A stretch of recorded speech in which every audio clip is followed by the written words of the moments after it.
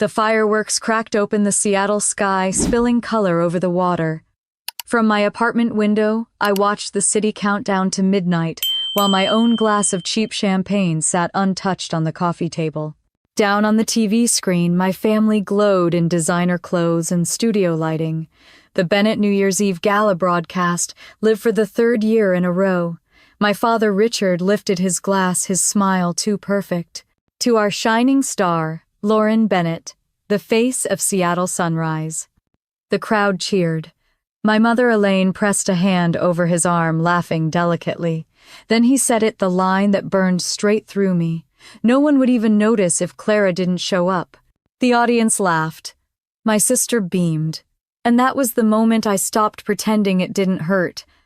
I turned off the TV and sat in the dark, listening to the city's celebration echo through the walls. Then 3 sharp knocks on the door. For a heartbeat, I thought maybe it was one of my friends or a neighbor with a noise complaint. But when I opened it, a tall man in a dark coat stood there, the smell of rain clinging to him. He looked out of place, like he belonged somewhere brighter. "Clara Bennett?" he asked, voice low, careful. I nodded, clutching the doorframe. "I'm Ethan Cole. I know it's late, but I heard your work." My first instinct was disbelief. Hardly anyone had heard my work. My sound projects lived on a forgotten corner of the internet. Tiny collections of field recordings, rainstorm city hums, half-formed songs. "I don't understand," I said. He smiled, slightly, water dripping from his hair. "I was looking for someone who listens differently. Your soundscapes, they're raw, real. You turn silence into emotion." He stepped back just enough to hand me a small flash drive. "I'm directing a documentary," he continued. "The Forgotten Voices of America. We're highlighting stories people overlook. I need someone who can make the invisible heard." His words tangled in my chest. I glanced past him at the street below, empty, shimmering with rain. "Why me?" I asked. "Because you're not afraid of quiet," he said. "And because you understand what it feels like to be ignored." I almost laughed, but it came out shaky. "That's not exactly on my resume." He smiled, patient. "Sometimes the world silences the right voices. Maybe it's time yours was heard." Then he left the drive on the table near my door and disappeared down the hallway, leaving faint footprints on the carpet. For a long time I stood there, door half open, the city still alive outside. Then I shut it and stared at the flash drive as if it might vanish. The label was handwritten in black ink: Voices Project, initial concept. I poured another half glass of champagne and sat on the floor, my back against the couch. Through the walls, laughter from other apartments echoed celebration that didn't include me. My father's words still rang in my head, circling like a cruel melody. No one would notice if you didn't show up. The truth was, I hadn't been invited. A week ago, my mother had called her tone perfectly polite. "Sweetheart, the guest list is very limited this year. We just want Lauren to shine on camera. You understand, don't you?" And I had lied. "Of course, Mom. I have other plans." Those plans were sitting alone with a frozen dinner, watching them toast my sister's success. I picked up the flash drive, plugged it into my laptop, and pressed play. A voiceover began, Ethan's calm and steady, speaking about forgotten towns, overlooked workers, unsung artists. But it was the silence between his words that caught me. Space. Breathing room. I could already hear what it could become. I reached for my recorder, the same battered one I'd carried since college. It still held old files, rain, hitting windows, coffee machines, trains, people whispering in bus terminals. The soundtrack of invisibility. My kind of language. I added a new track, the faint thump of fireworks outside the echo, off wet pavement, my own breathing steady and soft. Then, without planning it, I whispered, "No one would notice." The recorder caught the sound and looped it. I layered the loop beneath the rain, and something strange happened. The words no longer sounded like pain. They sounded like rhythm, like resolve. At some point, the fireworks stopped. The city fell back into its usual hush. I lay on the carpet, staring at the ceiling, headphones still on. In the dark, I replayed the new mix. It felt unfinished but alive. I closed my eyes and let the noise wash over me until it turned into calm. For the first time in months, I wasn't thinking about Lauren or my parents or the party I'd been erased from. I was thinking about sound, how it could tell a story when words couldn't. The next morning, I woke to a pale gray light leaking through the blinds. The flash drive sat on my desk, small and silent as if waiting. I made coffee and played back the track again. It still held something raw, something worth finishing. Maybe this was the chance I'd been waiting for, the one that didn't depend on anyone's approval. Before noon, I drafted an email. Ethan, this is Clara. I listened to your project. I think I can help you find its voice. I hovered over the send button, my finger trembling. Part of me still heard my father's laughter, my mother's careful disappointment. But another voice, my own, rose quietly behind them, saying, "Do it." I clicked send. The whoosh of the email leaving my outbox sounded louder than any applause. Outside Seattle was wrapped in mist, the kind that blurred edges and softened colors. The kind of morning that belonged to people like me, half seen, half heard. I slipped on my coat and stepped out onto the balcony. Down below, the street glistened from last night's rain traffic, humming like a slow heartbeat. I lifted my phone, pressed record, and captured the sound. It wasn't much, just wind drizzle and the faint pulse of the city, but it was proof. Proof that even the quiet things leave a trace. Later, I saved the file under a new name, Midnight Uninvited.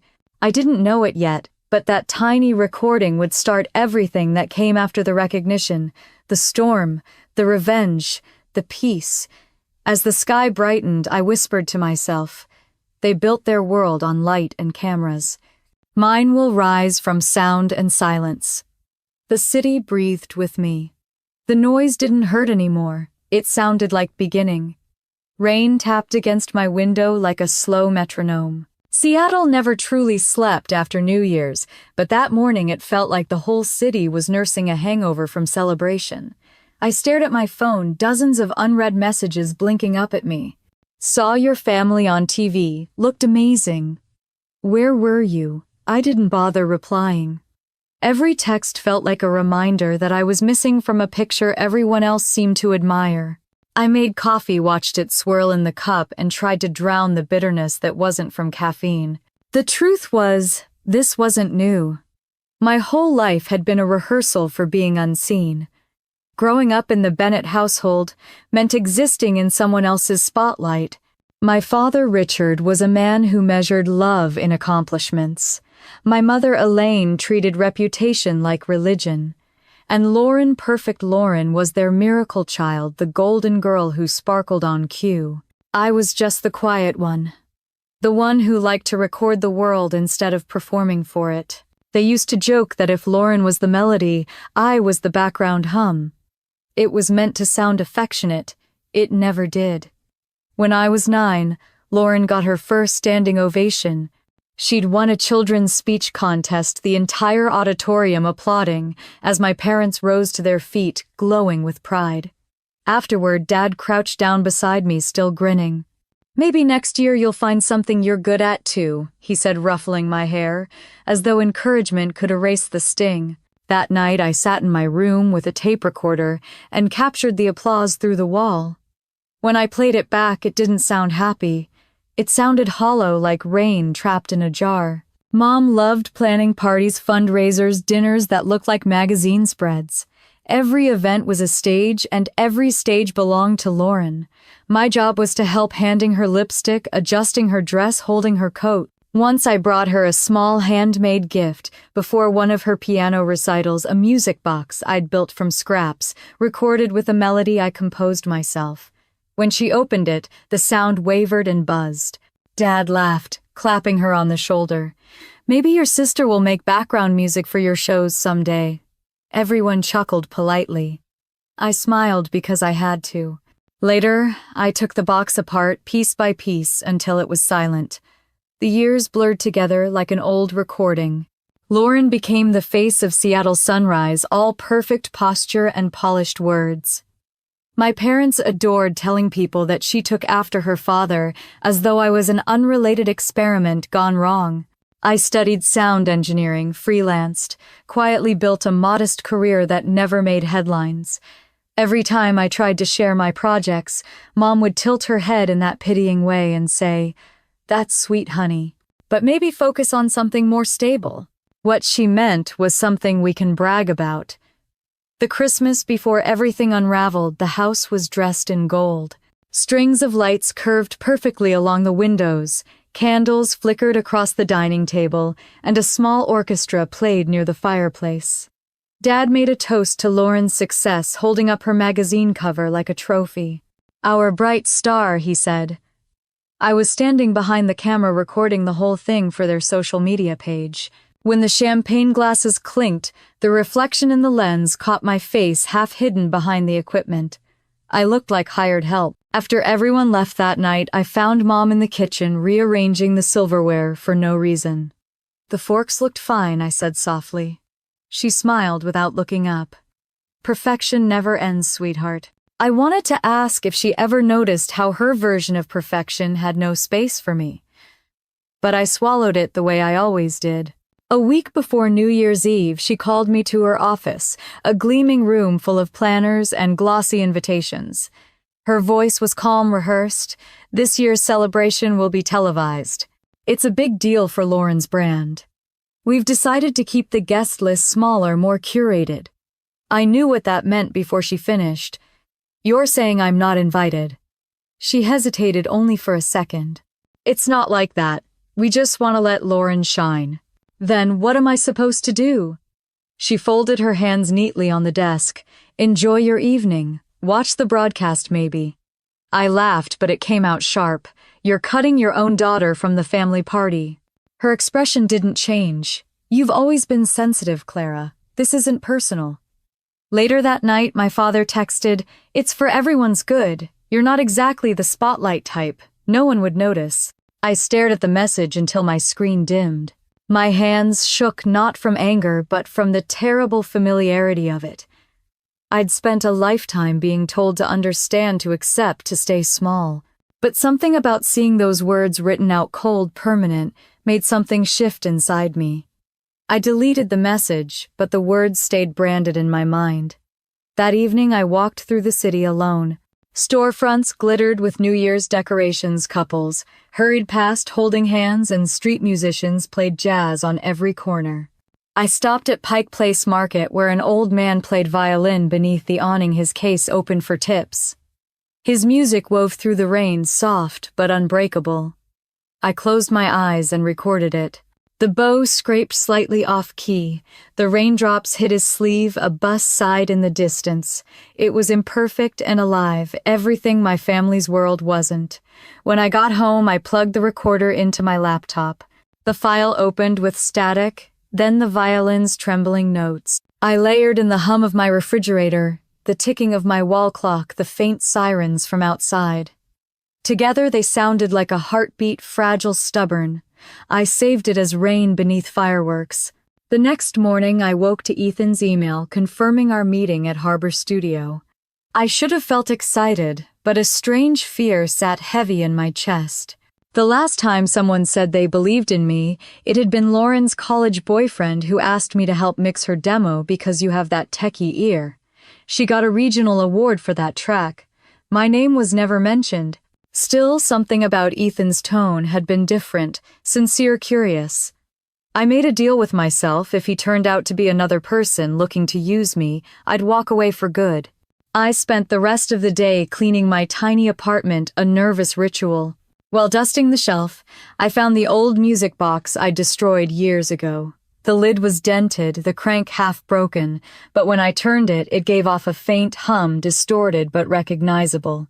My younger self's voice whispered back through it, clumsy, imperfect, but real. I realized then that sound doesn't disappear. It lingers, waiting to be found again. Outside, the rain grew heavier. I pressed my forehead to the cold glass, watching the blurred lights of traffic. For years I had believed invisibility was safety. Now I knew it was just a slower kind of death. I picked up my recorder, set it on the window ledge, and let it capture the sound of the storm. That night I lay in bed, listening to it, the steady rhythm of water against glass. It was the same sound I'd been hearing since childhood, yet somehow it felt different. Like the city was breathing with me, reminding me I wasn't erased, just waiting to be heard. When I finally drifted to sleep, my dreams were filled with echoes, my father's voice fading into thunder, my mother's laughter dissolving into static, Lauren's applause melting into rain, and beneath it all a quieter sound pulsed steady, insistent, alive. By morning the storm had cleared. The streets shimmered, washed clean. I checked my inbox again, Ethan's email glowing like a tiny lighthouse. I whispered to myself, they built their world on light and cameras. Mine will rise from sound and silence. For the first time in a long while, I believed it. Harbor Studio sat at the end of a narrow street that smelled like salt and wet concrete. The sign above the glass doors flickered faintly, half of the neon letters burned out, leaving only Har or Stu.io. Somehow, that felt right. Everything in my life seemed half lit, half seen. I took a breath and pushed the door open. Inside, the air hummed with low-frequency vibrations, machines, cables, the whisper of instruments asleep. A young assistant looked up from behind the mixing console and smiled politely. "You're Clara Bennett, right? Ethan's expecting you." He led me down a corridor lined with photos of past projects, documentaries, indie albums, soundtracks for films I'd loved without realizing they'd been made here. Ethan was waiting in the recording booth, sleeves rolled up, headphones around his neck. He looked different in daylight, tired, older but steady. "You came," he said simply. I smiled faintly. "You sounded too curious to ignore." He gestured toward a stool beside the mixing desk. "I listened to the track you sent me, Midnight Uninvited. There's honesty in it. Pain too, but it's honest pain. I recorded it after my family's party," I admitted. "I figured." He leaned forward, elbows on his knees. "That's exactly what this project needs. Not polished sound. Humanity." He explained his idea, a docu-series capturing everyday people whose voices were lost in the noise: immigrants, factory workers, night shift nurses, foster kids. He wanted sound to be the heartbeat, not the background. "Most documentaries show people," he said. "I want mine to let them be heard."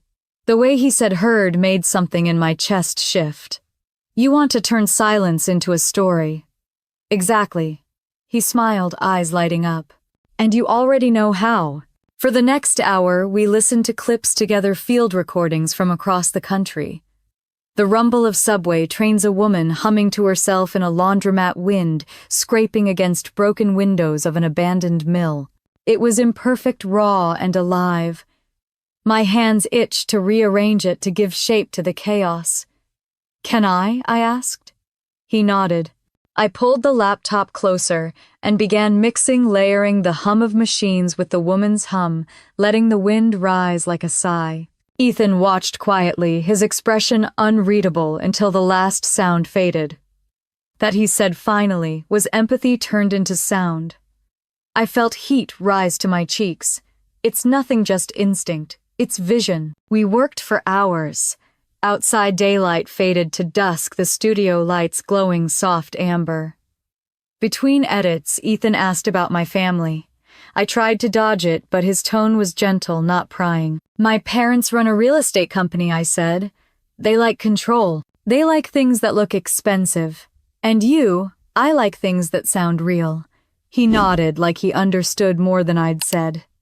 By the time we finished, the first episode had its spine echoes of the forgotten. Ethan leaned back, stretching. "You know, when I called you that night, I wasn't sure you'd answer. Why'd you take the chance?" "Because sometimes the right people show up when no one expects them to." I laughed softly. "Funny, my family just spent an entire night proving the opposite." He smiled. "Then maybe this is your New Year's party." It was past midnight when I left the studio. The streets glistened with rain. My reflection followed me in every puddle, blurred but visible. For once, I didn't hate seeing it. Back home, my voicemail was full, messages from my mother, Lauren, and even one from Dad. I hesitated, then played the first one. Mom's voice controlled and sugary as ever, Clara. We missed you at the gala. It went beautifully. I hope you watched. Lauren looks stunning. The second Lauren. Hey, sorry about what Dad said. He was just joking. You know how he is. Anyway, maybe we can grab lunch this week. Then Dad, you're too sensitive, Clara. That's your problem. Try being happy for your sister for once. I deleted all 3 and stared at the wall until the silence felt heavier than the words had. Then I opened my laptop and played back the project.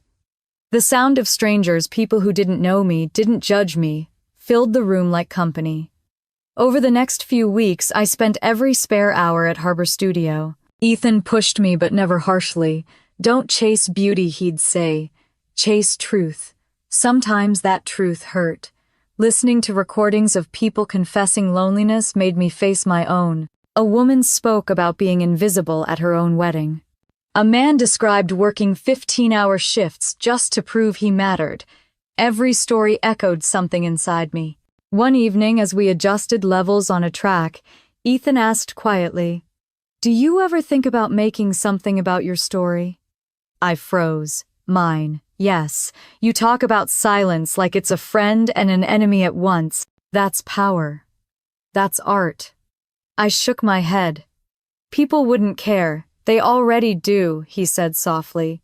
They just don't know it's you. That night, lying in bed, his words haunted me. For years, I'd lived like a muted version of myself, letting Lauren and my parents define what worth looked like. But maybe sound could tell what words never could, a story that didn't ask for permission. By the 3rd week, our project had a pulse. Ethan decided to pitch it to a streaming network.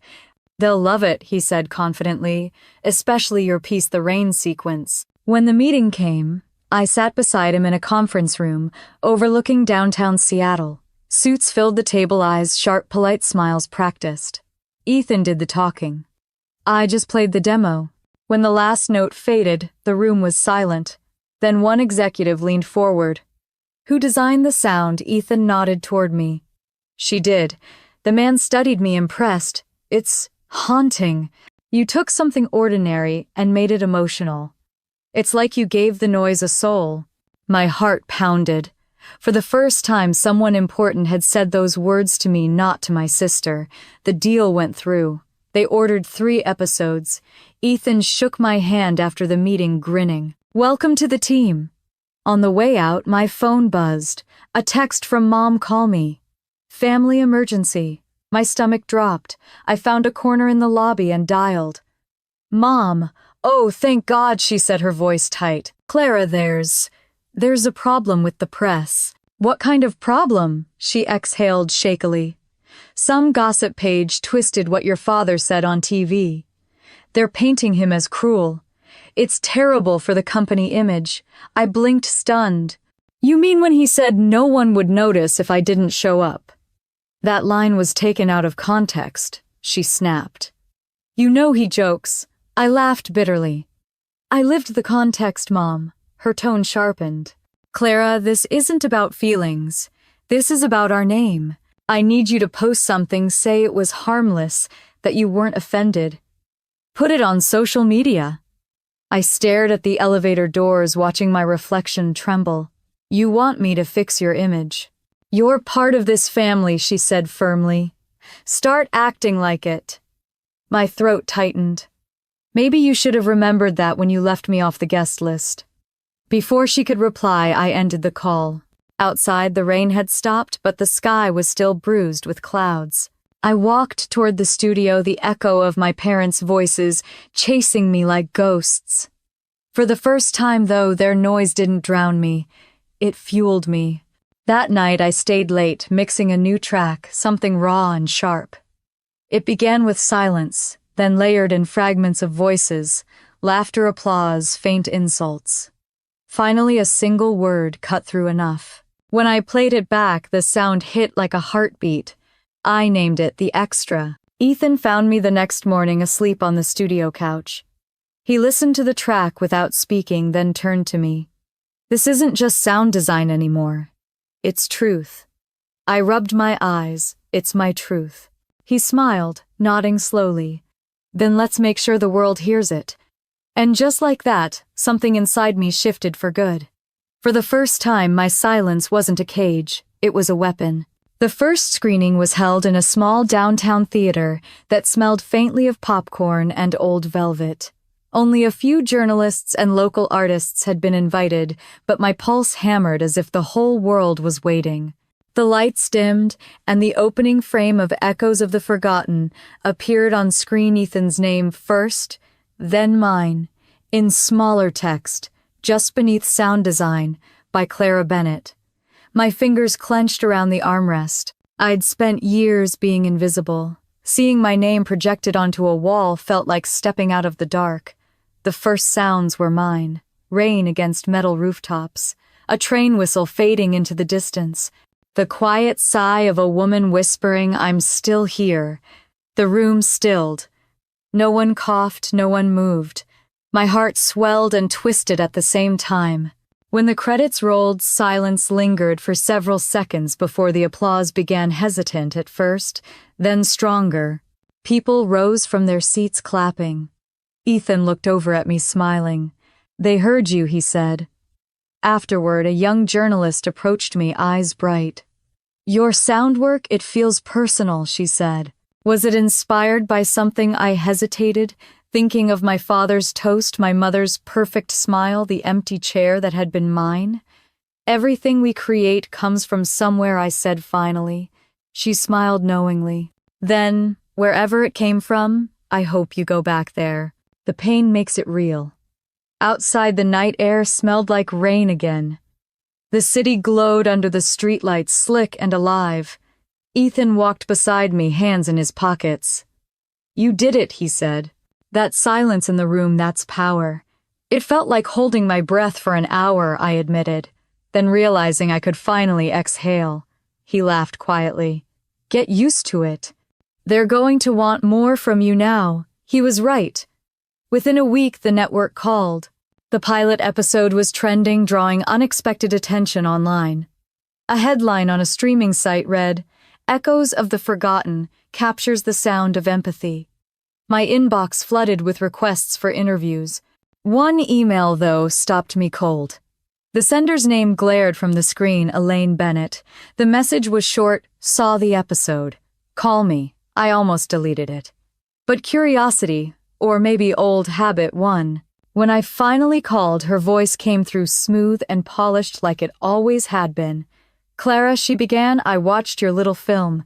"It's not a film, Mom. It's a docuseries." Yes, of course. "I didn't realize you were pursuing this full time. I didn't realize you cared." She ignored the jab. "Your father's concerned. Some of your followers online are bringing up the New Year's Eve comment again. They're saying he silenced you. This could hurt the company." I closed my eyes, gripping the phone tighter. "He did silence me. You both did. Now it's just recorded." Her voice sharpened. "You're being ungrateful. We gave you every opportunity. To be quiet," I said. A pause. Then the icy composure returned. "I'm only calling to ask you to be careful what you say in interviews. People will twist things." "People already did," I said softly. "And it wasn't strangers." She sighed, long and theatrical. "You've always been dramatic, Clara. Just remember, you're a Bennett. That name used to mean something to me," I whispered. "Not anymore." I hung up before she could reply. When I looked up, Ethan was standing at the studio doorway watching me. I hadn't realized he'd overheard. "Family?" he asked gently. "Ghosts," I said. "They call when they feel me breathing." He didn't push. "Channel it. Don't waste it." Over the next month, we worked nonstop. The second episode, Steel and Silence, followed a former shipyard worker who'd lost his hearing after an explosion. His voice cracked when he said, "The world went quiet before I was ready." I built the soundscape from fragments, a heartbeat, then nothing but muffled waves. When we premiered it, people cried in the theater. Afterward, a producer from New York called to discuss expanding the series. The night before the deal, I got another message from my sister. "Lauren, can we meet?" I almost didn't answer, but part of me wanted to see if she'd changed. We met at a cafe overlooking the harbor, the same place we'd eaten birthday pancakes as kids. She wore sunglasses, even though it was cloudy, the subtle armor of someone used to being watched. "Clara," she said softly, sliding into the booth. "You look different." "Alive," I offered. She smiled weakly. "I deserve that. Look, I know things have been tense." "Tense," I laughed. "You stood there while they cut me from the family party. You smiled while they laughed at me." "I didn't know what to do," she said.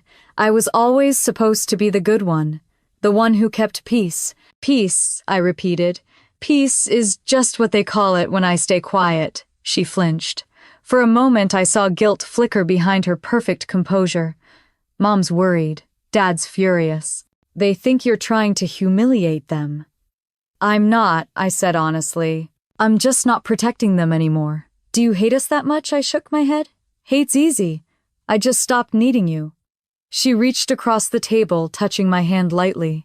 "I'm sorry," she whispered. "For all of it." I wanted to pull away, but something in her voice disarmed me. It sounded real small but real. "I don't know if I can forgive you," I said quietly, "but I can start by not pretending anymore." Lauren nodded, eyes glassy. "Then maybe that's enough." When I got back to the studio that night, Ethan and the team were celebrating. The series had been greenlit for a national release. He poured champagne into paper cups and handed me one. "To voices finally being heard," he said. "To the forgotten," I replied. As the others laughed and toasted, I slipped away to the mixing room. The hum of machines filled the air, comforting and steady. I pulled out my recorder, the same one I'd used that New Year's Eve, and pressed record. "This is for them," I murmured, "for the ones who clap at the wrong times, who never get their name on the invitation, who are told their quiet doesn't matter."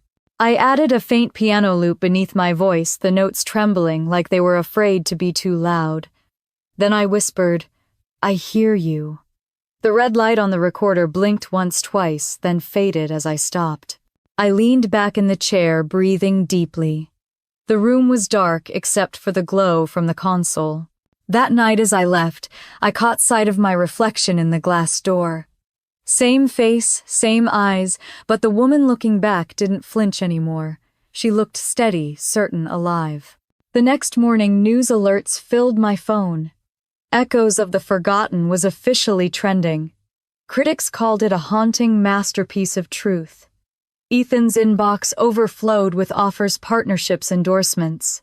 But buried between them was one message addressed directly to me from a producer in Los Angeles. "Your sound work is extraordinary. Let's talk about a solo project." For a long time, I just stared at the email. Me, the extra, the uninvited, the one no one would notice. Outside, the rain started again, gentle and rhythmic.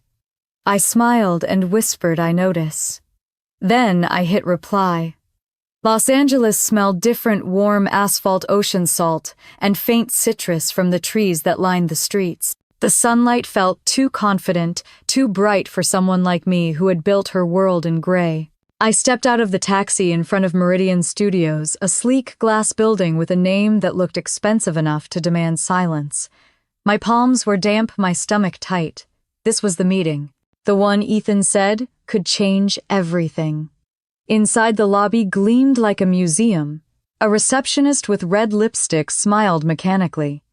"Clara Bennett, they're expecting you." She handed me a visitor badge with my name printed perfectly, no typos, no confusion, no missed identity. It felt almost unsettling to see it treated like it mattered. The producer, David Lang, met me in a conference room with floor-to-ceiling windows and a view of the Pacific. He was in his 40s, tanned, confident, his handshake firm. "I'm a huge fan of Echoes of the Forgotten," he said, settling across from me. "The sound raw, vulnerable, brave. You made the quiet feel like a character." "That's the point," I said softly. "Silence isn't absence, it's evidence." He grinned. "Beautiful. That's exactly why I called. I want you to design a standalone feature, your own piece. Something immersive. Maybe call it The Human Frequency. The world through sound from your perspective." My pulse jumped. My own project, he nodded. Full creative control. You'll have a team budget press. I think you could redefine the field, Clara. For a moment, I couldn't breathe. I'd spent years being the background noise in my family's show. Now someone was offering me a stage.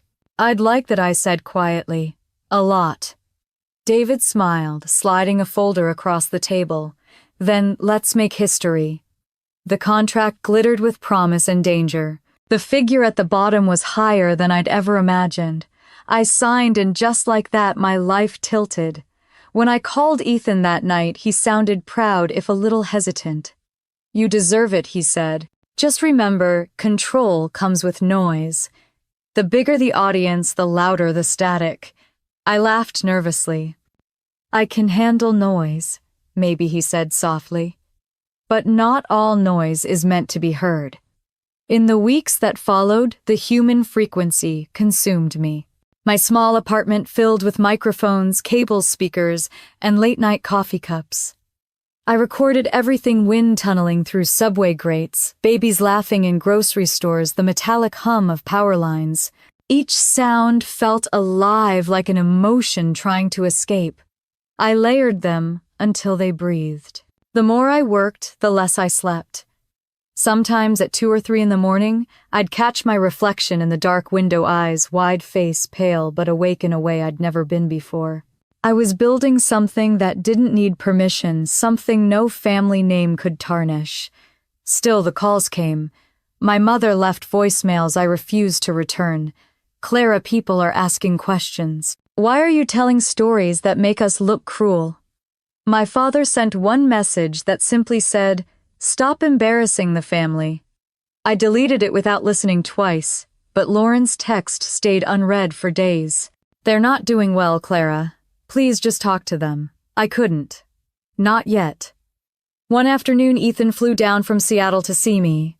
He walked into my studio, if you could call it, that stepping over tangled cords and soundboards. You've been busy, he said, looking around. It's more than busy, I replied. It's alive. He nodded, impressed. But then his eyes caught on the screen. The waveform displayed there wasn't wind or laughter. It was the recording from New Year's Eve. My father's voice saying, "No one would notice if Clara didn't show up." Ethan's face changed. "Why is that here? It's part of the foundation," I said simply. "Every project has to start somewhere." He crossed his arms. "You're turning pain into content. Now it's not content. It's truth."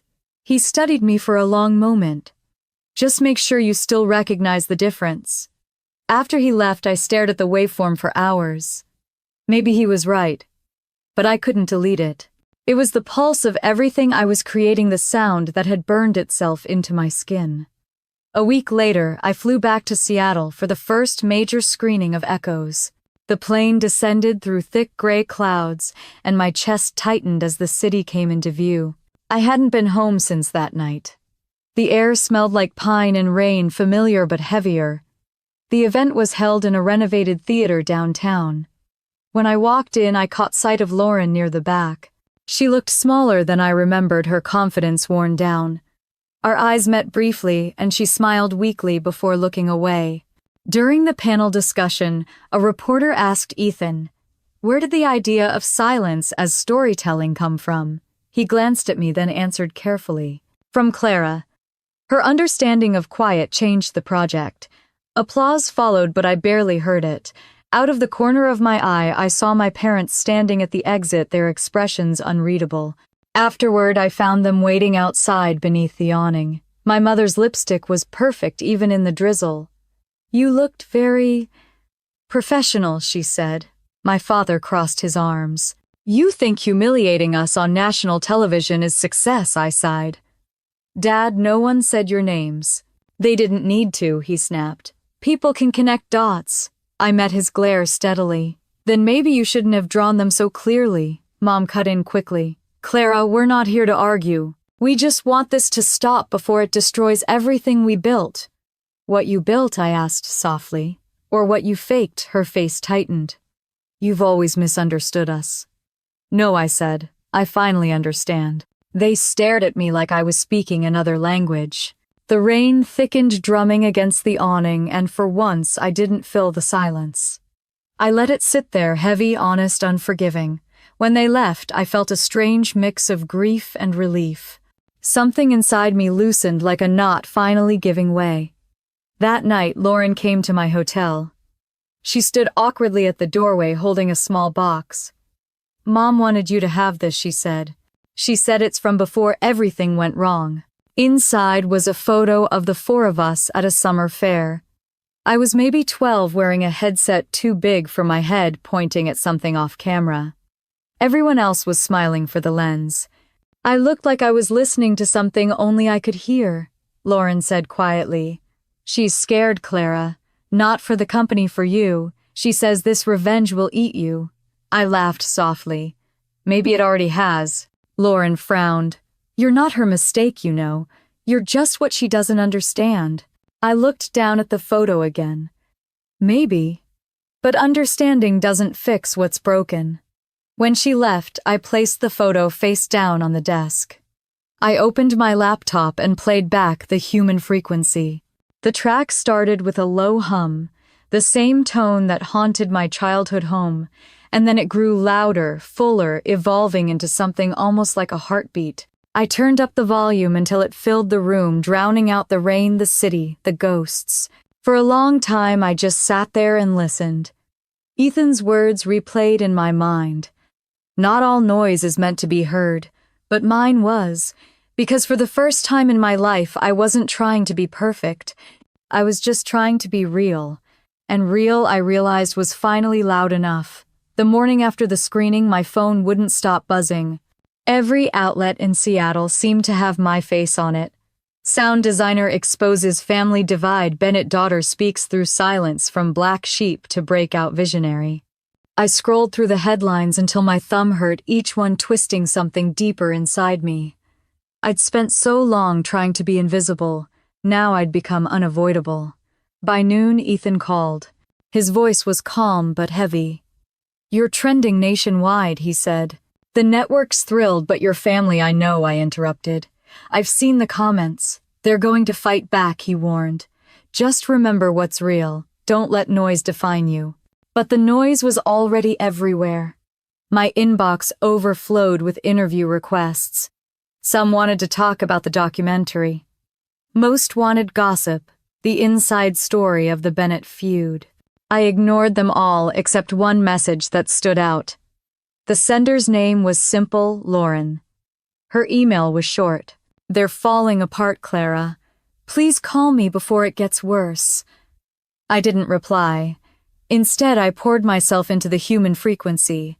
The project had grown bigger than I imagined. David's production team in Los Angeles had rented an entire studio space complete with interns and brand consultants. Every day, someone new asked me to explain my vision. They wanted catchy taglines, photo shoots, color palettes, things that turned meaning into marketing. One afternoon, as I reviewed a sound sample, a young assistant named Max poked his head in. "Clara, the PR department wants a quote about your family redemption arc. They think it'll boost pre-orders." I looked up sharply. "It's not a redemption arc. It's a story about perception." He hesitated. "Sure, but people love redemption. Makes them feel better." "Tell them to use someone else's trauma for comfort," I said, my voice sharper than I meant. After he left, I sat back, exhaling hard. My studio felt smaller than ever, like even the walls were closing and echoing with other people's expectations. That evening, Ethan called again. "You okay?" he asked. "I'm fine," I said automatically. He didn't buy it. "You sound like someone walking through applause she doesn't believe in." I smiled despite myself. "You always did have a way with words." "Promise me something," he said. "When this blows up, and it will, don't lose the reason you started. You weren't fighting for revenge. You were fighting to be heard." His words stayed with me long after the call ended. The following week, The Human Frequency previewed online. Within hours, it exploded. The teaser video, just 60 seconds of layered sound, was shared hundreds of thousands of times. People wrote in the comments, "This feels like grief and rebirth." She turned silence into protest. Finally, a woman who refused to disappear. But fame is a strange mirror. It reflects everything, even what you don't want to see. Beneath the praise were crueler comments. She humiliated her family for clout. Another narcissist hiding behind art. If no one noticed her before, maybe there was a reason. I told myself I didn't care. I told myself I was too busy to read them. But at 3 a.m, lying in bed with the glow of my phone on my face, I read every word. 2 days later, Lauren called. I didn't expect to answer, but somehow I did. Her voice was raw, unsteady. Dad's losing it, Clara. Reporters keep calling. Mom won't leave the house. You have to say something. What do you want me to say? I asked quietly. That they were right. No, she said, and I heard tears in her voice. Just that you didn't mean to destroy them. I closed my eyes, remembering the night they'd cut me out of the party. The way Dad's laughter had filled the room while mine had drowned in silence. I didn't destroy them, Lauren. I just stopped protecting the illusion. There was a pause. They're still your parents, she whispered. Where I said, that's past tense. I hung up before she could reply. Later that week, Ethan flew into town for a meeting with David. We met at a rooftop cafe overlooking the ocean. The city stretched beneath us, calm and gray. Ethan looked at me with quiet concern. You're everywhere, Clara, but you don't look happy. I stared at the horizon. Fame is just another kind of silence. It's loud, but it doesn't listen back. He smiled sadly. You sound like someone who's about to set herself on fire just to stay warm. I'm fine, I said, though we both knew it was a lie. After lunch, I returned to the studio and worked late into the night. The team had gone home, leaving the building empty. I sat alone in the sound booth, surrounded by blinking lights. On my desk, the old recorder sat waiting, the same one I'd used on New Year's Eve. I pressed play. My father's voice filled the room, faint but unmistakable. No one would notice if Clara didn't show up. The words no longer stung. They vibrated through me like fuel. I layered them under a new track, a deep resonant hum that sounded almost human. Then I added rain. Always the rain. The composition grew heavier, sharper, until it felt like a storm. Then I whispered into the mic. You notice now. I called the track Erasure. When I played it back, the sound hit me like thunder, both terrifying and cleansing. For the first time, I didn't cry. I smiled. The next morning, David burst into my studio waving a tablet. You're not going to believe this, he said. The press picked up your latest piece. The Times wants to run a feature, The Woman Who Made Silence Loud. They're calling you a pioneer. My chest tightened. And what does that make my family? He hesitated. Collateral. That night, guilt gnawed at me. I sat on the balcony with my laptop reading the article. They quoted my work, my philosophy, even my childhood memories pulled from old interviews. But the last line made me freeze. Her father, Richard Bennett, declined to comment. I closed the laptop and stared into the city, lights, their reflections blurring with the tears I refused to shed. A few minutes later, my phone buzzed again, another unknown number. I almost ignored it, but instinct made me answer. Clara, a voice said. My father's. Hoarse, unfamiliar.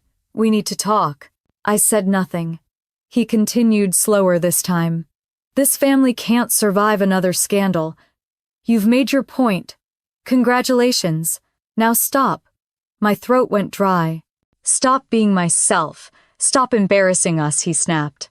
Then softer, I never meant what I said that night. I laughed bitterly. You meant every word. You just didn't mean for the world to hear it. Clara, goodbye, Dad. I hung up and let the silence sit there heavy and final.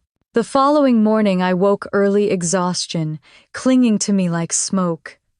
I brewed coffee and opened the window. The city was quiet, too quiet. For a moment I thought about how much had changed. My name was everywhere. My family's name was in ruins. The world had finally noticed me. And yet I'd never felt lonelier. I pressed record on my laptop, whispering to myself, they erased me once. I erased them back. Then after a long pause, I added, "But maybe revenge was just another way of asking to be seen." The recording captured everything, the breath, the ache, the faint tremor of doubt. When I stopped, I titled it Echoes Part 2. Outside, the first drops of rain began to fall again, soft and steady. I closed my eyes and listened. It didn't sound like sadness anymore. It sounded like warning, like the calm before something bigger. And deep down, I knew the storm wasn't over yet. 2 months after the Human Frequency release, I woke up to my phone vibrating nonstop. Notifications flooded the screen, mentions, tags, headlines. CNN ran a segment titled "From Extra to Icon Clara Bennett and the Art of Being Heard." I scrolled through comments faster than I could read them. Some called me brave, others called me cruel. Somewhere between those two labels I existed now. Across the country, my family's name had turned sour. A business magazine wrote, "The fall of Bennett Group mirrors the rise of the daughter they dismissed." I didn't share the article, but everyone else did. Reporters circled our story like vultures. For the first time, people weren't talking about Lauren's perfect hair or my father's empire. They were talking about the silence I'd shattered. By the end of that week, my email box looked like chaos. Interview requests from New York invitations to panels, podcast producers, begging to talk about family trauma and artistic transformation. I said no to almost everything.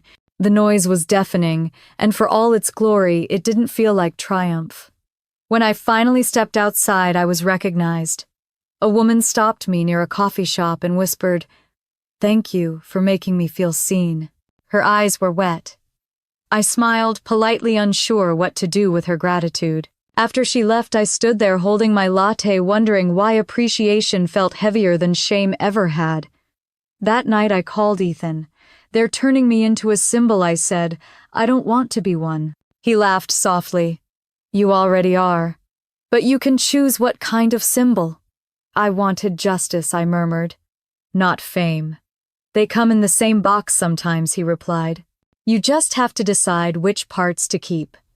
Meanwhile, the Bennett family empire kept unraveling. News broke that several real estate projects had been frozen due to financial irregularities. A local channel aired footage of my father leaving a courthouse looking smaller than I remembered, his jaw tight. My mother's letter to the press, an attempt to clarify misunderstandings, was torn apart online. Someone commented, "Now she knows what it's like to be silenced."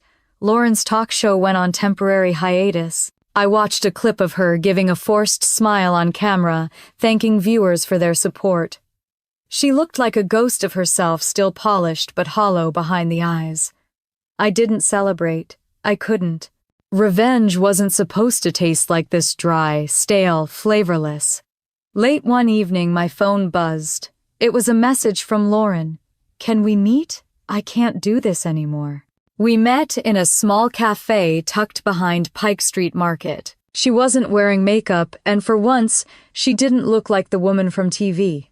Her hands shook as she held her cup. "They've turned on me," she said quietly. "The network, the fans. Everyone thinks I helped cover for Dad." I said nothing. She looked up, her voice breaking. "Mom's barely leaving the house. Dad won't speak to anyone. Clara, they're blaming me for everything." I took a slow breath. "You stayed quiet when they erased me." "I was scared," she said. "They made me believe I'd lose them too." "You didn't lose them," I said flatly. "You lost yourself." Lauren's eyes filled. "You're right. I did. But I can't keep living like this. They need you, Clara."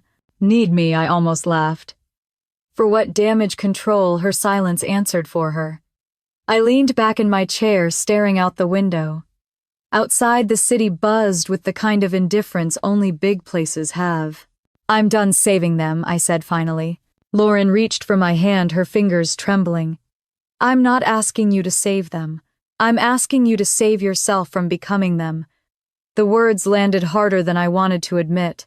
We sat there for a long time, watching rain slide down the glass.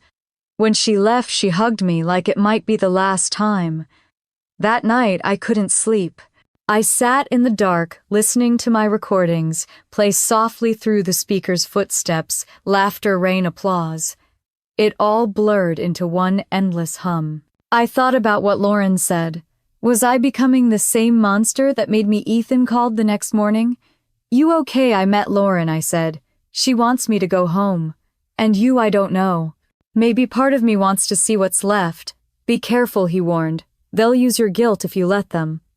But there was something else in his tone, something almost proud. What I asked. He hesitated, then said, "You've changed the way people see silence, Clara. You've done what most of us only talk about." I exhaled slowly. Then why doesn't it feel like victory? Because victory isn't peace, he said softly. It's just the space before the next war.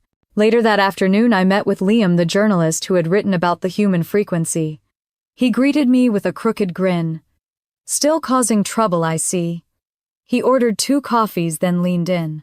You know, Bennett Group's under federal investigation now, right? Fraud, political donations, shell companies. It's ugly. My chest tightened. You're sure I've seen the files, he said.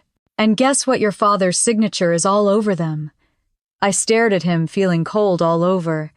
If this comes out, it will, he said. Soon. And when it does, they'll look to you. You're the only Bennett left the public still trusts. I rubbed my temples. I don't want to be part of their story again.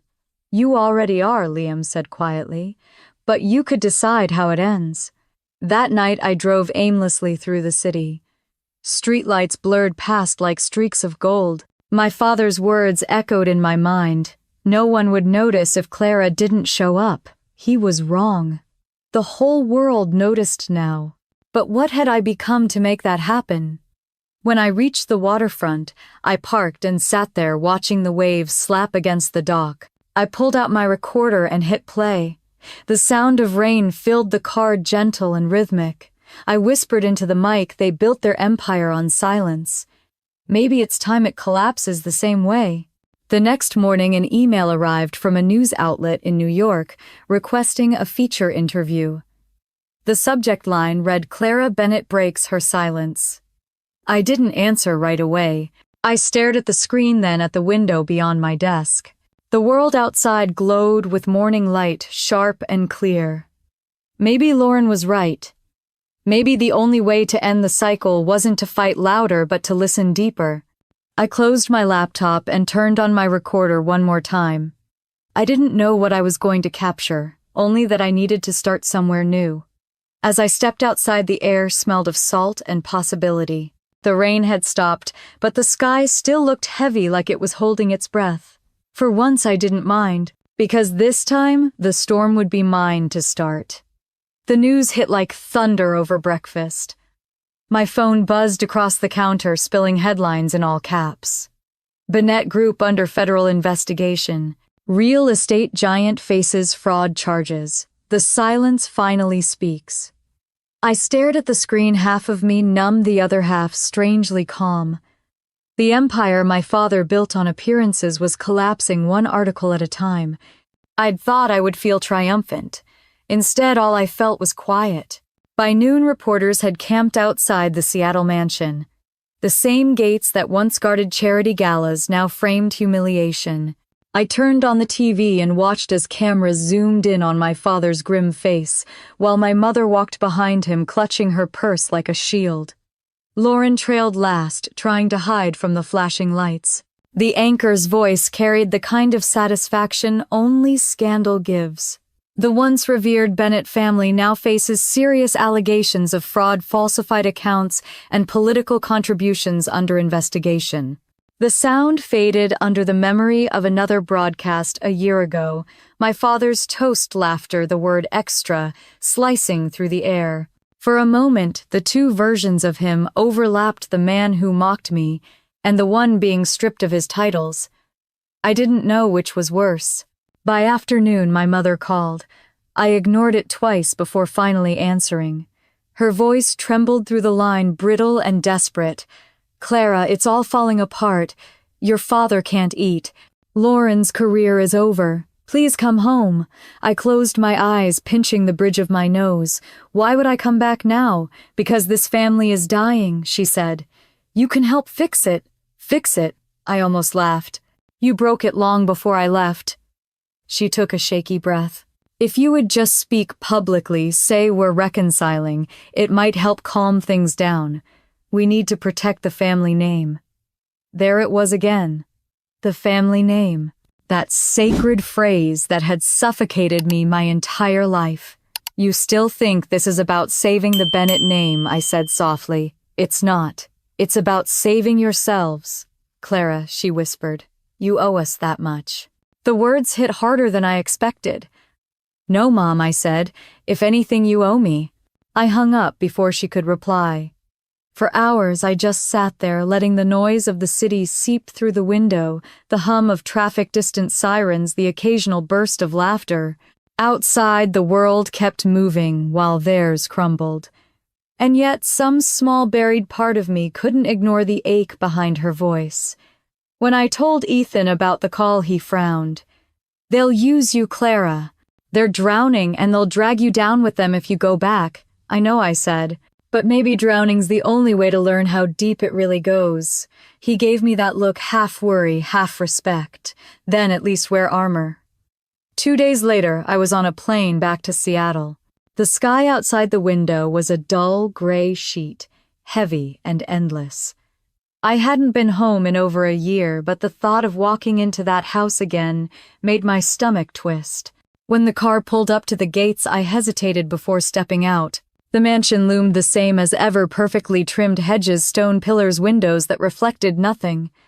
Inside, the air smelled faintly of lilies and old gilt. My mother met me in the foyer. Her emerald dress shimmered beneath the chandelier, but her eyes were hollow. Clara, she said softly, as if my name might break her.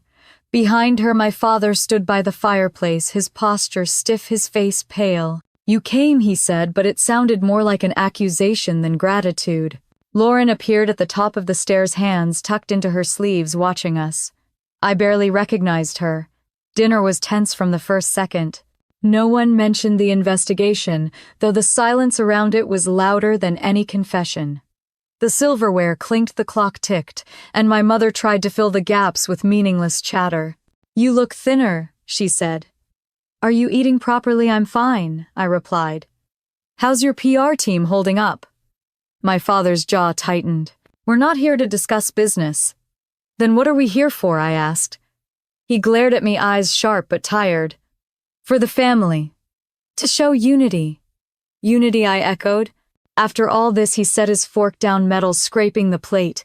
You think you're better than us because of your little films. Don't forget where you came from. I haven't, I said. That's why I know I can't go back. The room went still. Even Lauren lowered her gaze. Finally, my mother whispered, Please, Clara. If you love us at all, help us make this right. I looked around the table, the same polished wood, the same gleaming candles. Once I would have done anything to earn a seat here. Now it felt like a stage I'd already outgrown. If I help, I said slowly, it won't be for your image. It'll be for the truth. My father scoffed. The truth doesn't sell. Then maybe that's why everything you built is falling apart, I said, standing up.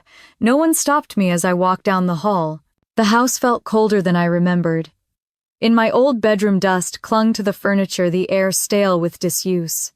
I sat on the edge of the bed, staring at the faint outline where my posters used to hang. Memories drifted in Lauren, practicing speeches in the mirror, Dad rehearsing toasts, Mom rehearsing smiles. Everything rehearsed, everything fake. I pulled out my recorder from my bag and turned it on. The static filled the room like breathing. They still think silence is safety, I whispered. They still think lies can be polished into truth. A knock startled me. Lauren stood in the doorway, her face pale. There's something you should know, she said, closing the door behind her. They've agreed to do a televised interview next week, a family reconciliation special. They want you there. I blinked. You're kidding. They think it'll fix everything. Show the world we're united. I laughed, bitter and quiet. They want another performance.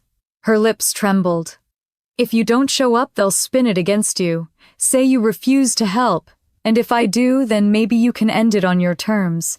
I studied her face. She wasn't lying. Beneath the guilt there was fear, real fear. Fine, I said. If they want a show, I'll give them one. That night I lay awake listening to the rain hammering the roof. Every drop sounded like a heartbeat, steady and determined, around 2 a.m. I crept into the hallway, recorder in hand. Downstairs my parents' voices drifted from the study. She'll show up, my father was saying. She wants attention too much not to. My mother's reply was cold. As long as she plays along, we'll be fine. The public loves forgiveness. I pressed the record button. Their voices filled the device sharp and clear. My hand shook not from fear but clarity. When the conversation ended, I slipped back into my room and replayed the tape. The sound was perfect, crisp, undeniable. Proof. Standing by the window, I watched the rain fall harder, streaking down the glass like ink. Somewhere inside me, anger and peace braided together into something fierce and final. They wanted redemption on their terms, I whispered into the recorder. Now they'll get truth on mine. The storm outside roared, wind rattling the panes, thunder rolling over the lake. For once, it didn't scare me. It sounded like the beginning of justice. The lights were blinding. The studio smelled like hairspray, coffee, and nerves. I sat on the edge of the sofa, my hands clasped together so tightly they ached. Across from me, my mother adjusted her pearls, pretending to smile. My father was already sweating under the stage lights, his jaw tight. Lauren sat between us, her perfect posture betraying the tremor in her hands. The host of Seattle Together beamed at the camera, oblivious to the storm simmering just beyond her set.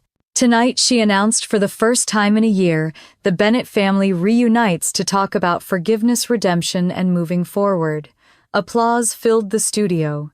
It sounded rehearsed. Everything did. My father leaned toward his mic, his tone smooth and heavy with practiced sincerity.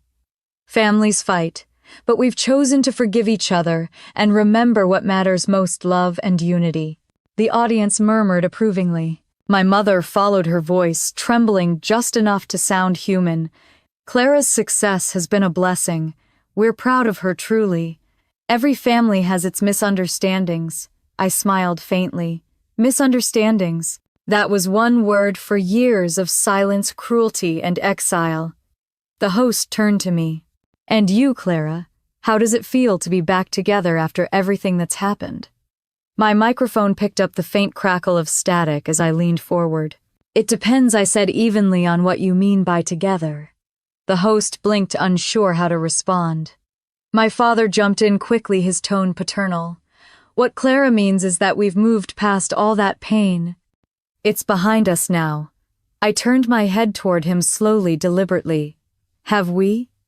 The audience shifted, sensing the fracture. The host gave a nervous laugh. Seems like there's still a little tension here. There's no tension, my mother said firmly. Only love. That was when I decided to stop pretending. I reached into my jacket pocket and pulled out my phone. My fingers didn't shake this time. You said you wanted to talk about truth, I said softly. So let's do that. Clara, my mother, whispered warning laced in her tone. But I had already connected the phone to the studio sound system. The producer in the booth looked confused, then panicked. I pressed play. My parents' voices filled the speakers, crisp and undeniable. My father's voice first: she'll show up. She wants attention too much not to. Then my mother's: as long as she plays along, we'll be fine. The public loves forgiveness. The silence that followed was absolute. No one moved. No one breathed. The host's mouth fell open. My father's face went white. My mother's hands clenched in her lap. Lauren's eyes widened in horror. I sat there, calm, the recording echoing through the room. That was from 2 nights ago, I said quietly. Their version of redemption. My father lunged toward me, his voice rising. You're out of line. I didn't flinch. You've been out of line my entire life. The audience gasped their shock, morphing into a hunger for truth. The host tried to regain control. Let's all take a breath. But my father's composure had shattered. Do you have any idea what you've done to us? Yes, I said. I told the truth, and it's about time you heard it too. He opened his mouth, but no words came out. For once he had none. My mother whispered, "Clara, please." I turned toward her. You wanted forgiveness, but forgiveness only comes after honesty. You can't skip the part where you take responsibility. She looked down her mascara, smudging as tears slipped through. The cameras caught everything. The host, realizing there was no salvaging this, motioned for a commercial break, but the director shook his head. The moment was too raw to cut. Ratings gold. I rose from the couch, microphone still live. I was told no one would notice if I didn't show up. Well, I showed up, and now everyone's listening. The studio audience began to clap, hesitant, unsure whether to celebrate or recoil. I walked off stage before the applause grew. Behind me, chaos erupted, voices shouting, producers scrambling, my father demanding the footage be cut. But it was too late. The internet doesn't wait for permission. By the time I reached the parking lot, the clip was already online. Clara Bennett exposes family on live TV. Within minutes, it spread like wildfire. Ethan called first. "You really did it," he said, voice a mix of awe and disbelief. "I didn't mean to humiliate them," I said softly. "I just couldn't let the lie live any longer." "Clara," he said, "you turned survival into truth. Don't apologize for that." I sat in my car phone, buzzing relentlessly, messages flooding in. Half were praise, half were venom. The world was splitting down the middle again, love or hate, hero or villain. Maybe they were both right. Later that night, I went back to my apartment. My reflection in the dark window looked older somehow. The adrenaline had drained, leaving a quiet ache behind. I poured a glass of wine and turned on the recorder sitting on my desk. The sound of the broadcast played faintly from my phone. In the background, audience gasps, murmured shock, the echo of my own voice, steady and unbroken. I layered it beneath the sound of rain I'd recorded earlier that week. The result was haunting anger and peace, woven together, colliding and dissolving in rhythm. I named the track, "The Truth Broadcast." When I finished, I sat there listening. For the first time, I didn't hear pain in my voice.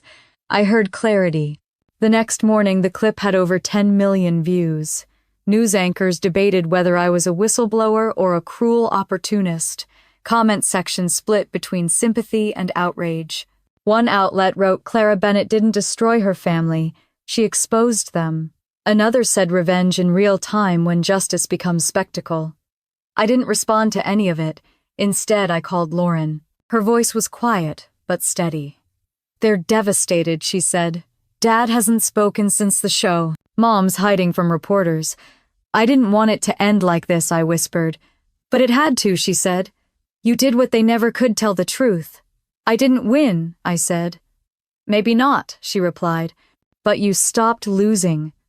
When the call ended, I walked to the window. Seattle's skyline shimmered through the rain, gray and beautiful. I thought about everything that had led me here, the laughter that had mocked me, the silence that had defined me, the truth that had freed me. I turned off my phone and picked up the recorder. They used my silence once I said quietly, "Now it belongs to me." Outside, thunder rolled in the distance, soft and low. The storm wasn't over, but for the first time I wasn't afraid of the noise, because this time I had made it myself. The following week felt like an earthquake that wouldn't stop shaking.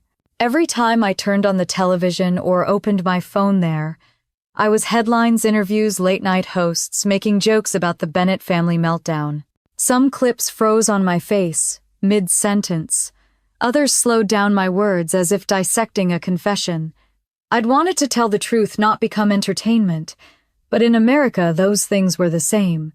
By Wednesday, my publicist, someone I'd hired mostly to filter the noise, called with what she described as an opportunity. "The producers of The Viewpoint want you live," she said. "They're pitching it as your side of the story, your voice against the narrative." "I thought the narrative was mine," I said dryly. "Not anymore," she replied. "Everyone else has one too." I didn't agree right away. I told her I needed a day. Then I walked to the waterfront headphones and pretending to listen to music while my mind played back every word from that studio broadcast. I saw my father's face again, the fury, the disbelief. My mother's silence. Lauren's tears.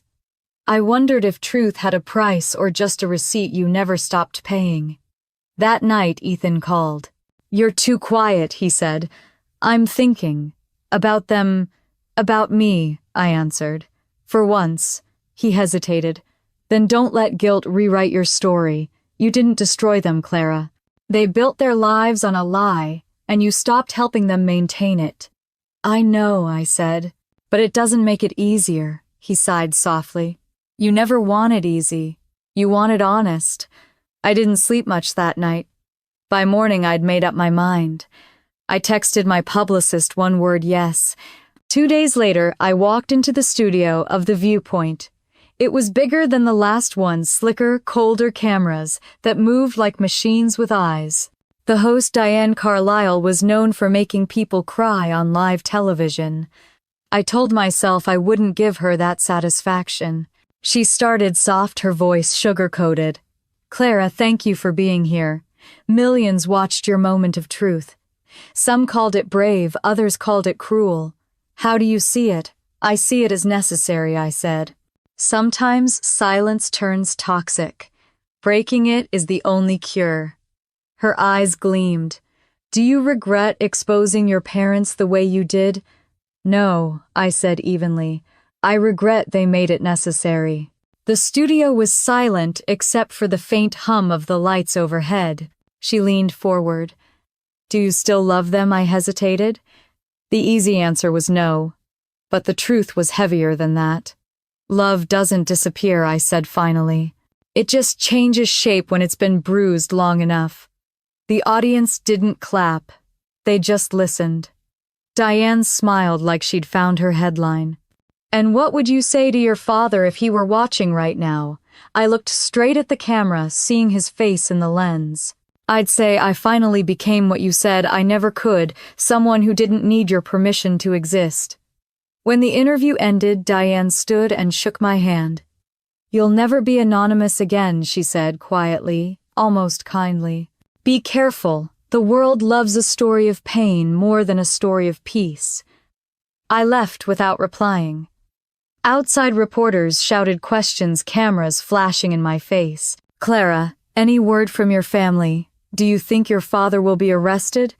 Are you proud of yourself?" I kept walking. Later that night, I went home and shut every device off. The silence was strange, almost suspicious.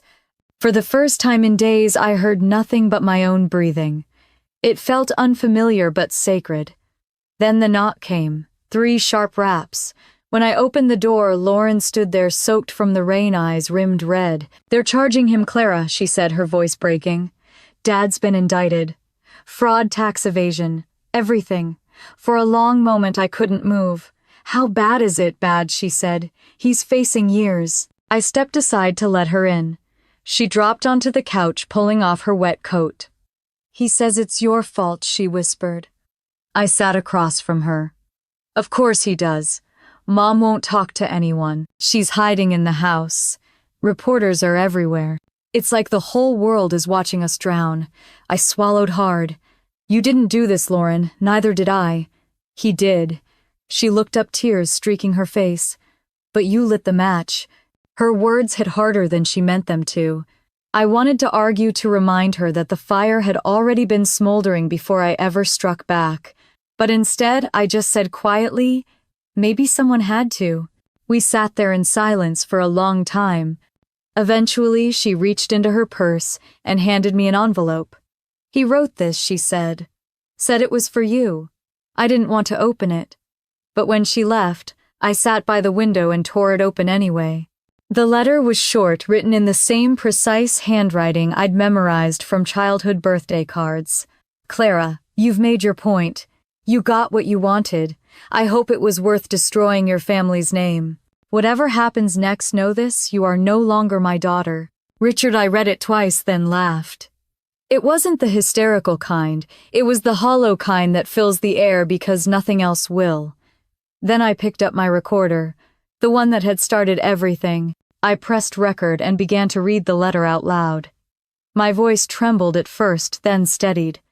When I finished, I whispered into the mic.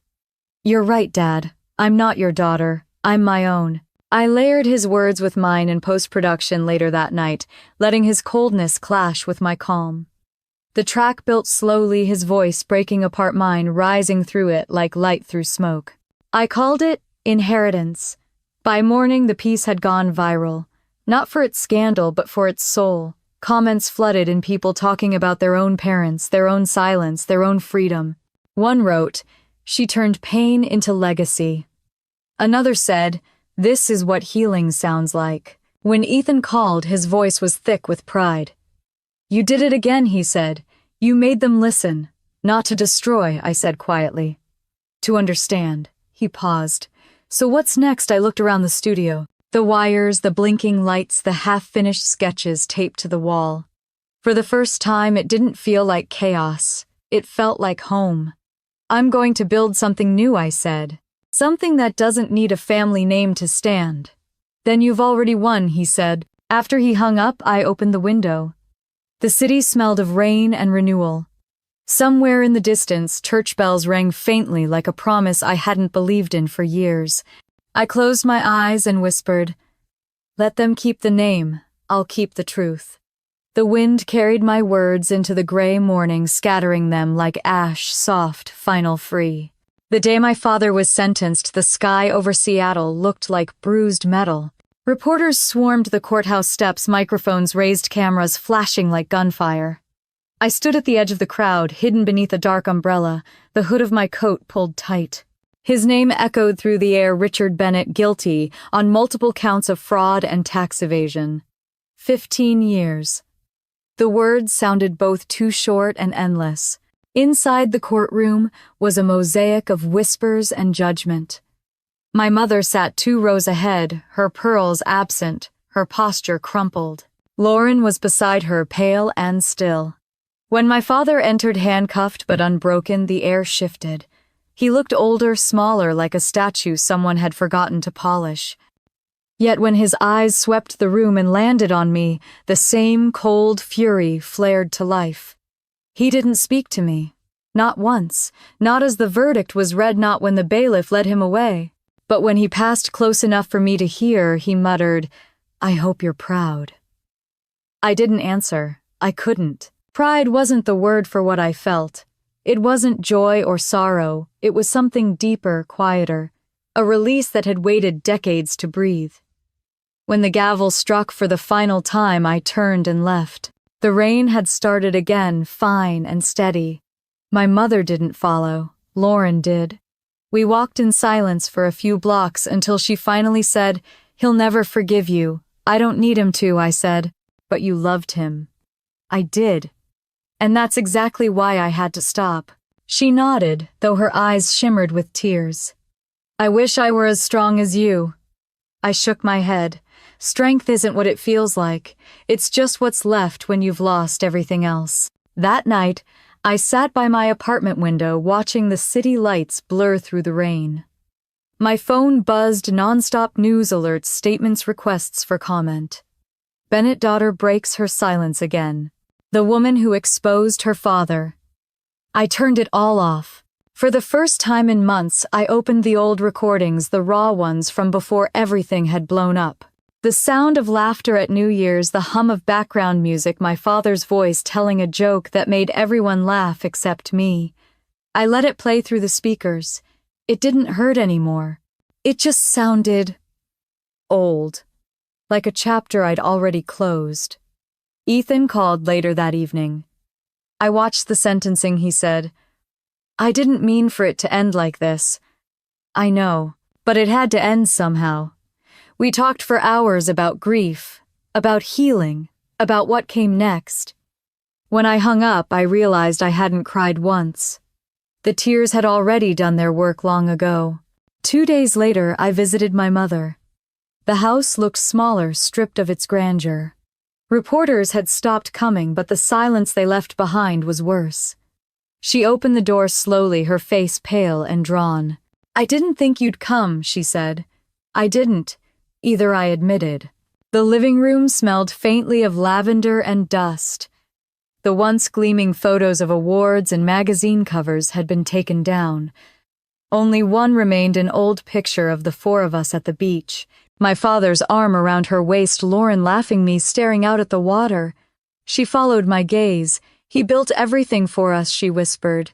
"And you tore it down." I turned to her. "He built it on lies, Mom." It was already falling apart. I just stopped pretending it wasn't.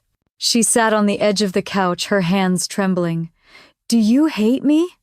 The question caught me off guard. "No," I said quietly. "I just don't believe you anymore." Her eyes filled with tears. "You were always different, Clara. Too loud, too curious, too much." I almost smiled. "You used to say that like it was an insult." She looked down. "I didn't know how to love you the way you needed." I took a slow breath. "Then maybe this is our chance to start over. But only if you can love me for who I am now." She didn't answer. She just nodded faintly, tears spilling down her cheeks. For a moment she looked like someone finally realizing she'd been holding her breath for years. When I left, the air outside felt lighter. Over the next weeks, the world moved on from our story. The headlines shifted to new scandals, new villains. I still received letters, some from strangers, thanking me for speaking up, others accusing me of betraying blood. I stopped reading them. My life had shrunk to something smaller but more real: work, friends, and quiet. One afternoon, Ethan flew in from New York. He met me at the loft with a bottle of champagne and 2 coffee-stained mugs. "To freedom," he said, pouring unevenly. "To survival," I corrected. He smiled. "Same thing, isn't it?" we toasted. The bubbles fizzed between laughter and silence. Then he said, "I talked to Meridian Studios. They want you back for something bigger. Not a documentary, a feature project." "What kind of project?" "Yours," he said. "Full creative control. The story of how truth can rebuild." I hesitated. "You think anyone wants to hear more from me?" He laughed. "Clara, they haven't stopped listening since you opened your mouth." I looked around the studio, my sketches on the wall, wires tangled across the floor, the faint hum of unfinished work. Maybe it was time to use my voice again. That night, I walked along the pier where it all began, the place I'd recorded the first sound of rain after New Year's Eve. The air was cold, sharp with sea salt. I pulled out my recorder and whispered into it. He said no one would notice if I didn't show up. But they did. And not because I was perfect, because I refused to stay silent. The waves crashed softly against the dock. I hit play, layering the sound with the recording of my father's verdict, his name, his sentence, the gavel's echo. Then I added the sound of rain, blending past and present until they were one. When I played it back, it didn't sound like vengeance anymore. It sounded like closure. A few days later, I uploaded the track to the Horizon Studio website under a simple title, The Sound of After. Within hours, messages poured in from strangers across the world, people who had walked away from their own families, their own silence. Some wrote paragraphs, others only one line: "You made me brave." For the first time, I realized my voice didn't just belong to me anymore. It belonged to everyone who had ever been erased. That night, as I stood by the window of my loft, I could see the reflection of the city glittering below, alive and unapologetic. My phone buzzed with a message from Lauren. "Mom's listening to your new piece," she cried. She said it sounds like forgiveness. I stared at the text for a long time before replying, "Maybe it is." Outside, the rain began again, steady and familiar. The sound no longer hurt. It simply reminded me I was still here, still moving, still heard. And this time, the silence that followed wasn't empty. It was peace. New Year's Eve came around again, 1 year to the day, since I'd been told I was just an extra. The city outside my window pulsed with gold and silver lights, laughter echoing up from the street below. Somewhere out there, people were counting down, kissing, promising to change. I sat at my desk in the loft, surrounded by cables, empty mugs, and a faint hum from the speakers that had become the heartbeat of my life. It didn't feel like an ending anymore. It felt like a beginning I'd earned. A soft knock came at the door. When I opened it, Lauren stood there holding a small bottle of champagne. Her smile was uncertain but real. "I thought maybe you shouldn't be alone tonight," she said. I stepped aside to let her in. "You always had good timing." We sat on the couch, the same couch that had seen me fall apart and rebuild, the same one I'd slept on when Horizon Studio was just a dream and a space heater. She poured the champagne into mismatched glasses, and for a while we said nothing. The fireworks outside began, early faint pops echoing through the sky. She was the first to speak. "Mom wanted to come," she said softly, "but she thought it would be too much." "It's okay," I said. "She's here in her own way." Lauren nodded, taking a sip. "She listens to your recordings now. Every night. Says they make her feel like you're talking to her." "That's funny," I said, smiling faintly. "Half of them were about her." "She knows," Lauren replied. "She's different, Clara. I think losing everything made her see how much she already had." I looked out the window at the city lights. "And you?" "I'm trying," she said. "I'm doing local broadcasts again, no scripts, no pretending. Just people's stories." I guess we both found our voices in different ways. Something in her tone made my chest ache with pride. "I'm glad," I said quietly. "You sound happy." "I am," she said, and after a pause, "Are you?" The question lingered between us, heavier than the silence that followed. I set my glass down and thought about the past year, the courtrooms, the cameras, the nights I'd cried until dawn, the mornings I'd woken up and chosen to keep going. I thought about Ethan's steady voice, the sound of rain recorded through open windows, the faces of strangers who had written to say my story gave them courage. "I think I am," I said finally. "Not because everything's fixed, but because I stopped needing it to be." Lauren smiled, tears glinting in her eyes. "You did it, you know. You changed everything." I shook my head. "I just told the truth." "Sometimes that's the biggest change of all," she said. When midnight approached, we moved to the balcony. The air was cold, sharp with the scent of snow and fireworks. The countdown began in the streets below 1098, and the sky exploded in color. I felt the vibration through the rail, through my bones, through everything that had once been broken. When the last echo faded, I turned to her. "You know what's strange? I used to think revenge would feel like victory, but it feels more like relief." Lauren nodded slowly. "Maybe that's all it was ever supposed to be." We stood there a while longer, watching the lights die down. Then she hugged me tight, her voice small against my shoulder. "I'm proud of you." After she left, I went back inside and sat at my desk. The recorder waited beside the keyboard. I pressed the red button, the familiar click filling the room. "My name is Clara Bennett," I began, my voice steady. "A year ago tonight I was told I didn't matter, that I was just an extra. But sometimes the extra is the one who keeps the story honest. Sometimes the one left out becomes the reason the story changes." I paused, listening to the hum of the city outside, the distant fireworks, echoing like fading applause. "This year," I continued, "I learned that revenge isn't destruction, it's reclamation. It's taking back the parts of yourself they said weren't worth loving.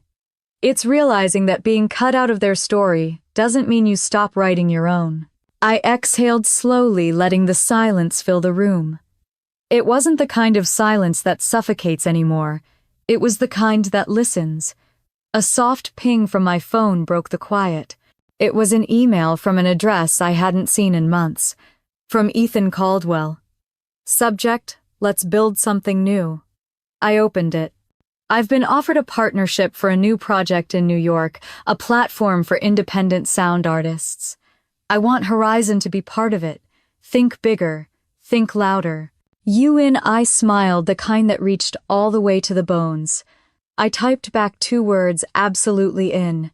Outside, another firework burst across the sky, its reflection dancing across the window. I looked at it for a long moment before whispering into the recorder. The silence ended the day I stopped waiting for permission to be heard. Then I hit stop. Weeks later, the new project launched. Horizon Studio partnered with Ethan's firm to create Frequency Collective, a space where artists could tell stories through sound. We held workshops, built installations, collaborated with schools. I watched young designers record the creak of doors, the hush of wind, the laughter of strangers turning small sounds into symphonies.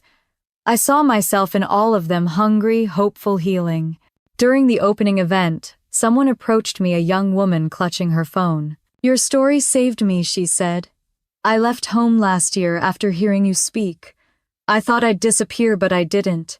I started recording the world, and now I'm studying sound engineering." I hugged her. "You didn't disappear," I whispered. "You amplified." Later that night, I stood by the window of the new studio looking out over Manhattan's skyline. The city buzzed beneath me, alive and restless, but my heart was calm. The weight I'd carried for years was finally gone. My phone buzzed again. A message from Mom. "I listened to your new piece. It made me cry. I'm sorry for everything." For a moment my eyes blurred. Then I typed back, "I forgive you. Be well." I didn't need her approval anymore, but forgiveness still mattered for me for what came next. When I left the studio that night, the streets glistened under the city lights, and snow began to fall, soft, quiet, endless. I walked through it without hurrying. The world didn't feel cold. It felt new. At the corner I stopped and looked up at the sky. Somewhere far above the noise, fireworks flared again, delayed bursts from another part of the city. I smiled and whispered to myself, "They said no one would notice if I didn't show up." But I did, and now they'll never forget it. As I walked on, my footsteps mixed with the sounds of laughter, music, and celebration. And for the first time in my life, I wasn't part of someone else's story. I was the story. To those listening now, if you've ever been erased, underestimated, or told you don't belong, remember this. The silence only wins if you stay quiet. Tell your truth. Take up space. And when they try to turn off your mic, build your own stage. If my story found you tonight, let me know where you're listening from. And if you believe that no voice should ever be silenced again like this video, share it and subscribe. Because every echo, no matter how small, deserves to be heard.